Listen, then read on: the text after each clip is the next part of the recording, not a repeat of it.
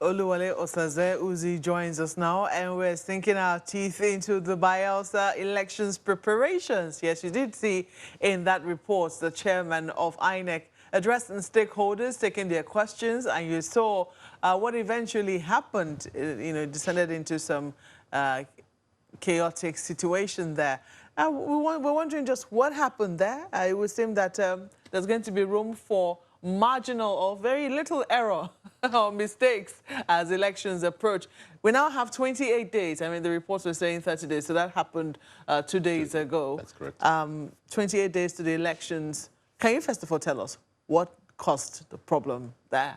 And do you think you see it as an indication of the preparedness of the people, or what the atmosphere will be as elections, approach? I'm happy you, first of all, thank you for having me. I'm happy you use the word preparedness of the people rather than the preparedness of INEC, which I'm more used to answering. Usually we have one stakeholders between the INEC chairman, the police, other security agencies, the stakeholders, and of course the candidates and their political parties. But this time around, because of the peculiarities of both governorship elections in Kogi and Bayelsa, the chairman said, look, let me go, first of all, to find out the level of preparedness. Let me go to stakeholders. We met with traditional rulers the day before, and then on the next day we met with other stakeholders, candidates, security agencies, and CSOs, media, lots of stakeholders. And apparently, it did get heated, I must admit that. All the political parties and candidates who wished to had expressed their own views. A couple of called for the signing of a peace accord, appeals that INEC should be ready, appeals to the security agencies, and discussions, general discussions about preparedness and what can be done to improve the process. There's very little margin for error amongst all stakeholders. And but apparently, it got a bit heated because one of the stakeholders got up to speak on behalf of the Bayelsa elders and challenged by one of the political parties and supported by some others to say that, look, the narration you are giving is not factually correct. This thing has gone on for a while. Issues arising from whatever happened in a particular locality had been adjudicated upon by the courts. And so I don't see why you are raising fresh issues here, and it's probably not borne out by the evidence in court and what had happened. Apparently, it was heated, the exchange of views, loud exchanges between a group of stakeholders, especially political parties and candidates, and another group. And that's what really happened. But it was resolved. We ended the meeting, and everybody, as you saw, the chairman granted interview to the media. The DIG, who represented the Inspector General of Police, also granted an interview to the media.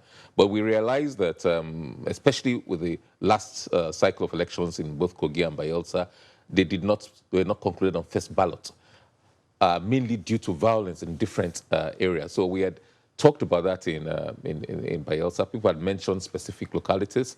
Some people felt that it was not good to use those examples, and that there were violence in other areas, and the marginalization of certain political parties or certain voters because they did not belong to certain political parties. So that's what really caused all the issue. Is it an indication to you of what the environment is like, and how perhaps you should get yourself ready for the elections? Yes, it is an indication, and in a sense, it fulfilled the mission of going to Bayelsa a month to the elections. It's one out of a series of consultations. It's one in which the chairman was there first. He will still go back there closer to the election, maybe a week to the election. He will still go back there. And of course, the resident electoral commissioner and our staff on ground are engaging stakeholders on a regular basis, briefing them, updating them, bringing them up to speed about preparations, and taking their concerns into consideration. The things that are practical that we can do, fair enough, we will do them. Yes, it is an indication. Tensions are high. The stakes are extremely high. And 45 parties, don't forget, contesting this election. So that's a lot of interest, a lot of parties, and all have to be assured that the ground will be level, will be fair to everybody in accordance with the laid down procedures and the law. And but a lot of recurring amongst all our consultations were issues of security. The traditional rulers raised that, the political parties raised that. There was large concerns about the level of security or insecurity, as the case may be, and the partisanship or neutrality or professionalization of those who will be engaged as security operatives before and during the elections. There are allegations and counter-allegations as to the role of certain security agencies, but I think assurances were given by the DIG, who was the lead agency. The police is the lead agency in election security, but the army, the police, the armed forces, and collaborating security agencies were present at that meeting. I think everybody took notes, and we agreed that further engagements will be held between all interested parties. One of the major things we feel we have to do is to continue to build confidence between the Commission, security agents, and the other stakeholders. And to an extent, we've done that. The issues, for example, that we came away with, that look, they have reservations about the security agencies and about the INEC, but they seem to have more reservations about themselves. There's a lack of trust between the political parties and the candidates in that election. But also, they've sought assurances from the Commission, and you saw the DIG there of police. They try to assure and reassure them. One of the things we did, logistics, a few people referred to logistics, and all non-sensitive materials are on ground in Bayelsa from our visit to Bayelsa this week.